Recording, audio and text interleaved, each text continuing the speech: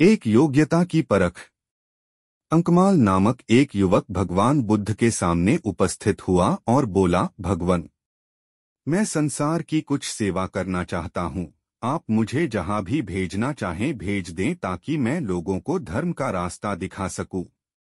बुद्ध हंसे और बोले, तात, संसार को कुछ देने के पहले अपने पास कुछ होना आवश्यक होता है, जबकि तुम्हारे पास ऐसा कुछ भी नहीं है। जाओ, पहले अपनी योग्यता बढ़ाओ, फिर संसार की भी सेवा करना। अंकमाल वहां से चल पड़ा और विभिन्न प्रकार के कलाओं के अभ्यास में जुट गया। बाण बनाने से लेकर चित्रकला तक, मल्ल विद्या से लेकर मल्लाहकारी तक, जितनी भी कलाएं हो सकती हैं, उन सब का उसने 10 वर्ष तक कठोर अभ्यास किया। अंकमाल इस सब में इतना अच्छा हो गया कि सारे देश में उसकी ख्याति फैल गई। अपनी प्रशंसा से आप प्रसन्न होकर अंकमाल अभिमान पूर्वक लौटा और तथागत की सेवा में उपस्थित हुआ। अपनी योग्यता का बखान करते हुए उसने कहा, भगवन, अब मैं 64 कलाओं का ज्ञाता हूँ और अब मैं संसार के प्रत्येक व्यक्ति को कुछ न कुछ सिखा सकता हूँ। भगवान बुद्ध मुस्कराए और बोले, अभी तो तुम कलाएं सीख कर आए हो, परीक्षा दे लो तब उन पर अभिमान करना। अगले दिन भगवान बुद्ध एक साधारण नागरिक का वेश बदलकर अंकमाल के पास गए और उसे अकारण खरी खोटी सुनाने लगे।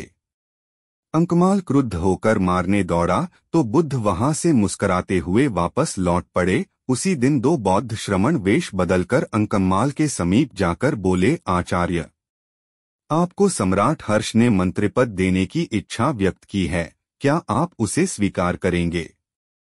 अंकमाल को लोभ आ गया। उसने कहा, हाँ, क्यों नहीं, अभी चलो। दोनों श्रमण भी मुस्कुरा दिए और चुपचाप लौट आए। अंकमाल हैरान था, बात क्या है? थोड़ी देर बाद भगवान बुद्ध पुनः उपस्थित हुए। उनके साथ आम्रपाली थी। अंकमाल जितनी देर तथागत वहां रहे, आम्रपाली की ही ओर बार बार देखता रहा। बात समाप्त कर तथागत आश्रम लौटे। सायंकाल अंकमाल को बुद्ध देव ने पुनः बुलाया और पूछा, वत्स, क्या तुमने क्रोध, काम और लोभ पर विजय की विद्या भी सीखी है? अंकमाल को दिन भर की सब घटनाएं याद हो आईं। उसने लज्जा से अपना सिर झुका लिया और उस दिन से आत्मविजय की साधना में संलग्न हो गया। 2 निराश न लौटाओ। भगवान बुद्ध मृत्युशैया पर पड़े थे। उनकी जीवन ज्योति के अस्त होने में कुछ ही विलंब था। सुभद्र नामक साधु ने यह समाचार सुना तो वह अपनी धर्म संबंधी कुछ शंकाओं को निवारण करने के उद्देश्य से उनकी सेवा में उपस्थित हुआ। पर आनंद ने, जो कुटी के द्वार पर स्थित था, उसे भीतर जाने से रोका और कहा, भगवान को इस समय कष्ट देना उचित न होगा। पर सुभद्र बराबर आग्रह करता रहा कि उसे भगवान का दर्शन कर लेने दिया जाए। बुद्ध जी ने भीतर पड़े हुए इस चर्चा को अस्पष्ट रूप से सुना और वहीं से कहा, आनंद, सुभद्र को भीतर आने दो। वह ज्ञान प्राप्ति की इच्छा से आया है, मुझे कष्ट देने नहीं आया। सुभद्र ने जैसे ही भीतर जाकर करुणा की उस शांत मूर्ति को देखा, वैसे ही बुद्ध जी के उपदेश उसके हृदय में प्रविष्ट हो गए और वह बौद्ध भिक्षु बन गया। बुद्ध भगवान ने शरीरांत होते हुए भी किसी ज्ञान के अभिलाषी को निराश नहीं किया। 3 अपदीपो भव।